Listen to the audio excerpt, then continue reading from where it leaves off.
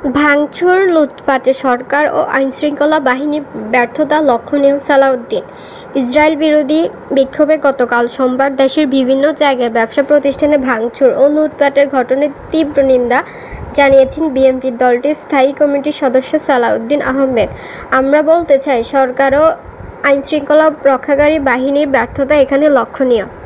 সরকারের উদ্দেশ্য, সালাউদ্দিন বলেন, আপনাদের উচিত ছিল আগে থেকেই সতর্কতা নিশ্চিত করা, তাহলে দেশের নামে এই বদনাম আমাদের হতো না। আজ মঙ্গলবার দুপুরে ঢাকা বিশ্ববিদ্যালয়ের রাজু ভাস্কর্যের সামনে ফিলিস্তিনে গণহত্যার প্রতিবাদে বাংলাদেশ জাতীয়তাবাদী ছাত্রদল বিক্ষোভ সমাবেশ করে, সেখানে এসব কথা বলেন।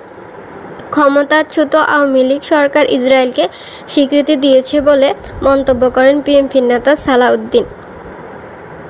তিনি বলেছেন, তারা বাংলাদেশ পাসপোর্টে ইসরায়েল ছাড়া সব দেশ আগমনের যে নির্দেশনা ছিল সেখান থেকে ইসরায়েল শব্দটি প্রত্যাহার করে নিয়েছিল। তার মানে তারা ইসরায়েলের স্বীকৃতি দিয়েছিল, অথচ বাংলাদেশ এর মুসলমানদের পক্ষে সারা পৃথিবীর মুসলমানদের পক্ষে মা একান্ন কান্ত। সালাউদ্দিন বলেন, সারা পৃথিবীতে মুসলিম বিশ্বের যারা মূরখ তাদের প্রতি আহ্বান জানায়, আপনারা সারা পৃথিবীর নির্যাতিত মুসলিমদের পক্ষে আপনাদের কণ্ঠ উচ্ছ্বাসিত করবেন এবং আপনারা ব্যবস্থা নেবেন যাতে বিশ্বের বড় বড় শক্তির যারা ইসরায়েলের পক্ষে ভূমিকা রাখছে সেটা বন্ধ হয়। অবিলম্বে ফিলিস্তিনে গণহত্যা বন্ধের দাবি জানান বিএনপির এই নেতা।